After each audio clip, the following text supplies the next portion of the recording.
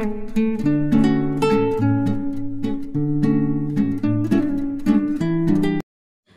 मित्रांनो, श्री स्वामी समर्थ माझ्या चॅनलमध्ये तुम्हा सर्वांचं स्वागत आहे।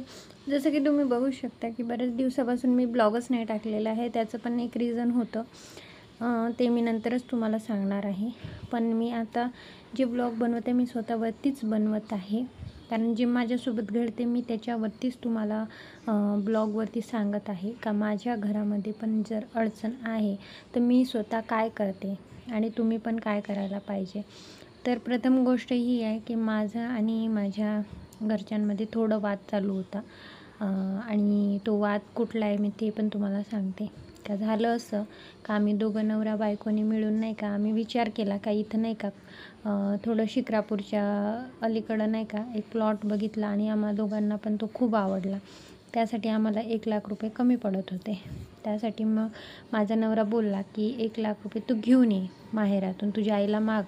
तर मी मागितले आणि तिने माझ्या आईने अरेंजमेंट पण केली आणि दिले पण 50,000 दिले आणि 50,000 15 दिवसानंतर देईल बोलले। तर झालं असं का माझी सासूला ते आवडलं नाही, म्हणजे ते आवडलं नाही म्हणजे पैसे दिलेलं आवडलं नाही असं नाही बरं का। त्याच्यावरती नाही का तिने तेल मीठ लावून नाही का माझ्या नवऱ्याला भडकवून दिलं आणि ते सरगोळ झालं आणि माझा नवरा माझ्याशी रोज भांडण करायचा।